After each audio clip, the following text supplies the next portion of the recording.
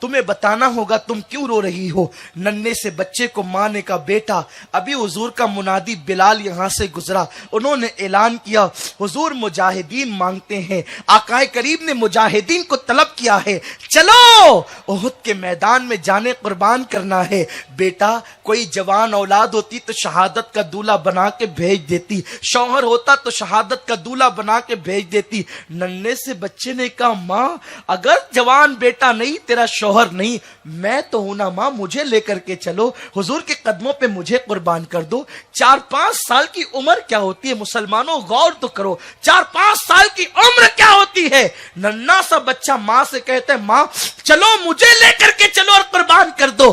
ماں نے ننھے سے بچے کی انگلی پکڑی, مسجد نبوی کے دروازے پر پہنچی. آقا کریم صلی اللہ علیہ وسلم مجاہدین کی صفیں لگوا رہے ہیں. آقا کریم نے عورت کو دیکھا, حضرت بلال سے کہا بلال جاؤ اور اس سے پوچھو وہ عورت کیوں آئی ہے, رات کے وقت اس وقت آنے کی وجہ کیا ہے. مجاہدین کی صفیں درست ہو رہی ہے, ایک خاتون وہاں کھڑی ہے. حضرت بلال پہنچے, کہا خاتون آنے کی وجہ کیا. اس نے کہا بلال اتنی جلدی بھول گئے, ابھی تو تم میرے گھر کے قریب سے اعلان کر کے گزرے حضور مجاہدین مانگ رہے ہیں, بلال مجاہد لے کر کے آئی ہوں, آقا سے مجھے ملنا ہے, ملاقات کرنا ہے. سرکار علیہ السلام تشریف لائے, جیسے حضور علیہ السلام تشریف لاتے ہیں اس خاتون سے پوچھا بات کیا ہے مائی. اس نے کہا حضور آپ نے مجاہد مانگا, یہ امانت لے کر آئی ہوں. حضور 4-5 سال کے بچے کو دیکھتے ہیں, کبھی ماں کے چہرے کو دیکھتے ہیں. اے ماؤ کیا فکر تھی ماؤں کی, ننھا سا بچہ قربان ہوگا تو مصطفیٰ جان رحمت کی عظمت پہ قربان ہوگا,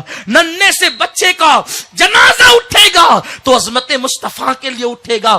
آج ماؤں کے دل میں خود عشق مصطفیٰ نہیں, ملک شام اور یمن میں مسلمانوں کے جنازے اٹھ رہے ہیں, اور یہاں عورتوں کا حال یہ ہے شادیوں کے موقع پر عورتیں ڈانڈیا کھیل رہی ہے, وہاں عورتوں کی آبروئیں سرے بازار لوٹی جا رہی ہے. یہاں عورتوں کا حال یہ ہے وہ باریک اور پتلے لباس پہن کر اپنے جسم کی نمائش کر رہی ہے.